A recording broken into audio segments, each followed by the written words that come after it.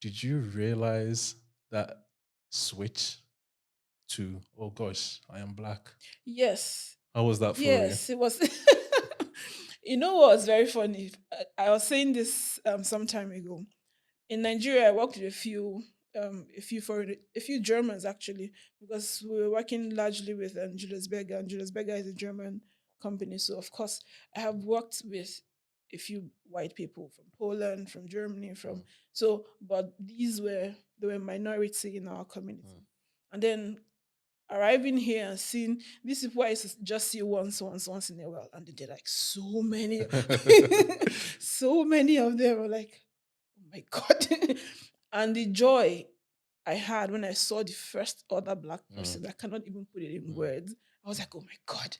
Yeah. So there's still, of course, I expect to see other people, but it was just a feeling I can't explain. I was really Mm, happy to see somebody else to mm, say, okay, there's somebody like me here again. And for me specifically, when I got to school, I was the only black person in my class. So I was really, really, really standing out. And everything that happens, I'm like, "Ah, I'm the only black person mm, here." Sometimes even in class, there was a time we're talking about skin, how the skin absorb UV rays, and stuff. And I could see how uncomfortable my professor was when he yeah. wanted to try to explain how that if you're more pigmented, you Mm, have more resistance, mhm, to all of this. And he was explaining with everyone's skin tone, and mm, he wanted to say a black person's skin mm. tone, but he couldn't say it. He was I Yeah. felt so sad for him. Yeah. He was so uncomfortable. And at some point, I was like, a black person, Yeah, just say just it. say Like, it. I had this experience. This is a lot of people ask me how come I don't speak German and all of that. I actually went to a German class. oh, I was in okay. a German class and I was the only black person in the German class. A lot of Eastern Europeans in the German class. And there was a day where the teacher we're working from this book. So the teacher opens this page and there's a black man doing gardening. So Mm. he was asking us to describe what we see on the page. And this guy specifically said, please mind what you say, no racism. First person opens his mouth, oh, a black man. And everybody starts laughing. And I'm sitting there thinking, Why? what the hell? What? I left the next day. It's like, I'm not Yeah, doing what's this. funny I about have no idea. that? Because I was seeing little nuances, little things that they were doing, I was just pissing me off. But I was just kind of like, but after that, I was like, I can't do this. Like, I don't It's need to. I'm not going to do it. Yeah, it's can be weird. Can be a weird place to be. Yeah, it was very disappointing, but hey, so goes it. But yeah, I also remember that having that, oh Lord, I'm black, dawned on me the first time I went to the UK. And this is I was about 15. Hmm. And even at that age, I felt like, oh, this is This a bit is weird. Like, I don't feel like, You're not in your yeah, I'm not in my space. element kind of thing. Yeah. But it was quite interesting. So, because you've done school in Germany, right, as well. Yes. How was that experience in school in terms of the education in Germany and as a black person being in a place of a higher institution of learning? How was that experience for you, and what did you take from that? When I compare it to what I get from Nigeria, so my background is architecture, Mm, and I did architecture in Nigeria and came here and I studied architectural lights. I could see the huge disparity in resources mm, for the students, in materials, in you know what students are just exposed to basically within the school environment. Now I'm not even talking about say being able to travel somewhere and there's also some learning with traveling mm, and stuff. But just within the school environment, I could see that here there's a lot provided for these students, and this was really amazing. I went to the labs a lot of times when I first arrived in school. Then I went to the labs, I made videos, I was sent back to my classmates.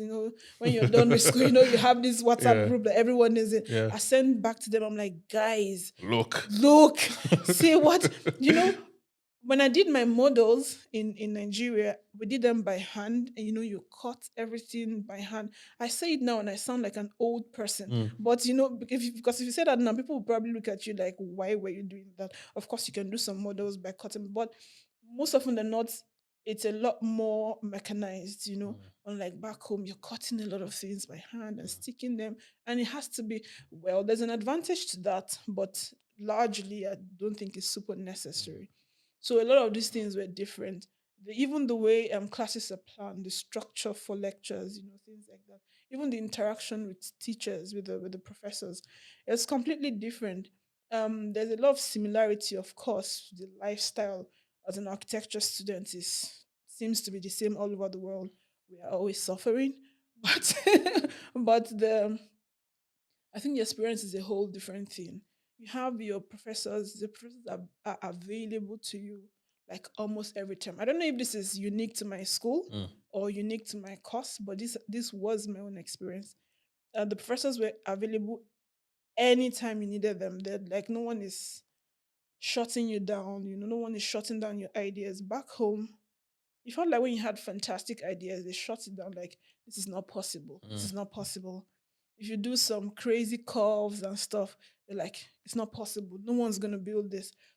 Of course, no one is gonna build it. It's a study Mhm, thing. It's not gonna be a real project, mhm, at least for now. So mhm, at least when I studied here, they allowed us to express ourselves. We're given the freedom to think outside of the box and defend your thinking outside of the mm, box. So it's one thing to design something crazy. It's another thing to explain the logic behind it and see it being able to come to life. mm.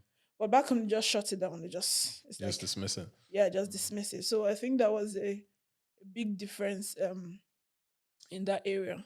But for me, like I said, I was the only black person in my class. I felt a lot of times very disconnected from my classmates. My classmates were really cool, I would say, because we're very international in my mhm, class. We had people from all over the world. There were guys from Mexico. There were guys from uh, Milan, from everywhere. mm. It was fantastic. But I still always felt like I'm not, like you said, Yeah. I'm not in my zone. So when you have cliques, cliques, it sounds like a weird thing to say, but it's having friendship groups even in your class, I think is important. Mm. You can study together, you can work together. I did have that a few times, but I didn't always feel like I'm 100% here. I'll probably take that as that was on me Mm, to not be as open, mhm, which is why I say now when I talk to a lot of students who are coming in now, I tell them to try to be more open mhm, to interacting with other people from mhm, other cultures and learn from them mhm, as well, as opposed to just staying behind mhm, and thinking, oh, I'm different, mhm, and things. So for me, um this made me not explore as much. mhm. Another thing I found very weird was as a design student, most often than not, because you're from Africa. Now, and everything you're doing, they want you to put something African African in in it. it. It was yeah, because I've had a lot of designs, and my professor would be like, "I like to see the creative African You don't creativity in think it." he has a little bit of a point? Well, I don't want to. I don't think I want to be seen as an African designer. Okay. Yes, and I want to be seen as a designer. I could design and I could infuse some African Mhm. style, texture, or culture to it. But I shouldn't. My design should not just be because I'm African. African, it has to look Yeah. So African. I found it very weird a lot of times when I bring out stuff and it's like, I think. Even now that I say it, it sounds very Mm. odd. Very very weird. But I get that.